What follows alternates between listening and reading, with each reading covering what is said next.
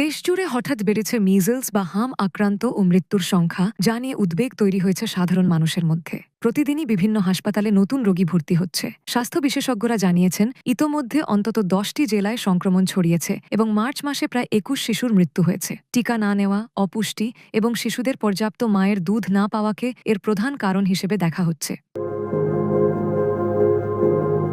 বিশেষজ্ঞরা বলছেন, হাম অত্যন্ত সংক্রামক একটি ভাইরাসজনিত রোগ। কাশি, হাঁচি কিংবা আক্রান্ত ব্যক্তির সংস্পর্শে এলে সহজেই ছড়িয়ে পড়ে। এমনকি বাতাসে থাকা ভাইরাস প্রায় 2 ঘন্টা পর্যন্ত সক্রিয় থাকতে পারে।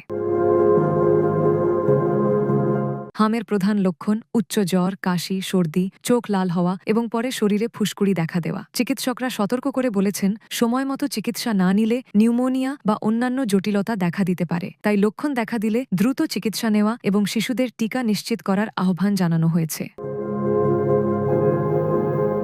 ডেস্ক রিপোর্ট, দৈনিক অর্থনীতি।